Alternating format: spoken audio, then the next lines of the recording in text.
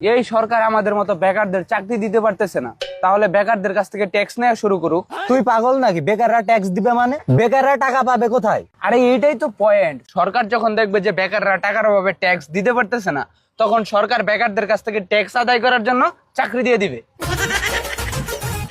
আমি বলি শোন, সরকার যদি চায় এই ফেসবুক স্ক্রলিংটাকে কিন্তু কাজে পরিণত করতে পারে। আমরা এই বেকাররা সব থেকে কিন্তু বেশি টাইম স্পেন্ড করি এই ফেসবুকে।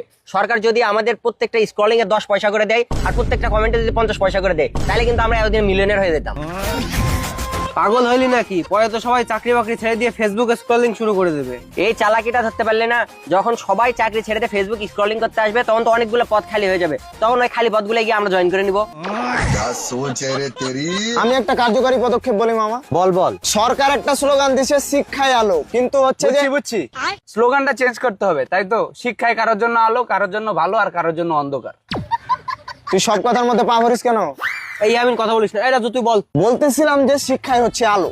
এখন এই শিক্ষা যদি আমাদের ঘর আলোকিত করতে না পারে, মানে পড়াশোনা শেষ হওয়ার পরে আমরা যদি চাকরি না পাই, তাহলে এ যাবৎকালে আমাদের পড়াশোনার পেছনে যত টাকা খরচ হয়েছে, সরকারকে সব টাকা ফেরত দিতে হবে।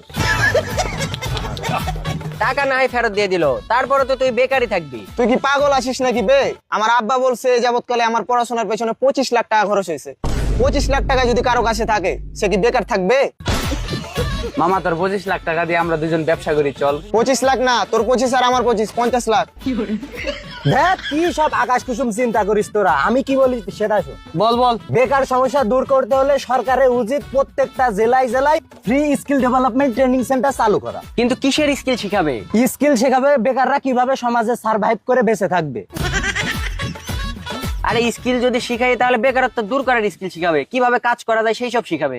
হ্যাঁ, এইসব স্কিল তো আমার আগেই আছে, তারপরেও তো আমি বেকার। তোর কি এমন স্কিল আছে একটু শুনি তো? আমার ইলেকট্রনিক স্কিল আছে, আমি সব ইলেকট্রনিক যন্ত্রপাতি ঠিক করতে পারি, তারপরেও তো আমি বেকার। মামা, তুই সে না যে আমাদের ক্লাসরুমের ফ্যান ঠিক করতে যায় ক্যাম্পাসের পুরো ট্রান্সমিটার উড়াই দিছিলি? আরে ওইটা ট্রান্সমিটারের সমস্যা ছিল। এই থাম, এবার প্ল্যান দেবো আমি। আচ্ছা কি প্ল্যান বল শুনি। প্ল্যান হলো, আমাদের বেকার সমস্যা দূর করতে হলে আমাদের সবাইকে উদ্যোক্তা হতে হবে। কিন্তু উদ্যোক্তা জিনিসটা কি? এই জন্যই তুই বেকার। তুই এত মানে বুঝাস, তাহলে আমাদের বুঝাই দে উদ্যোক্তা মানে কি, নাকি? তুই হয়তো ভুলে গেছিস আমিও বেকার। উদ্যোক্তা মানে কি আমিও জানি না। কি আজব, উদ্যোক্তা মানে কি তোরা তাই জানিস না? উদ্যোক্তা মানে ব্যবসা, যারা চা পান বিক্রি করে তারাও এক একজন উদ্যোক্তা। চল তাহলে আমরা উদ্যোক্তা হই, আমরাও চায়ের একটা দোকান দেই। দেখ, বিশ্ববিদ্যালয়ে পড়েও চায়ের দোকান দেবো? মান সম্মানের একটা ব্যাপার আছে না? সেই তুই বেটা, এই জন্য তো তুই বেকার শালা। তুই কাজকে শুরু করে দেখতেছস, চা বিক্রি করা কি কোনো মামা কাজ না?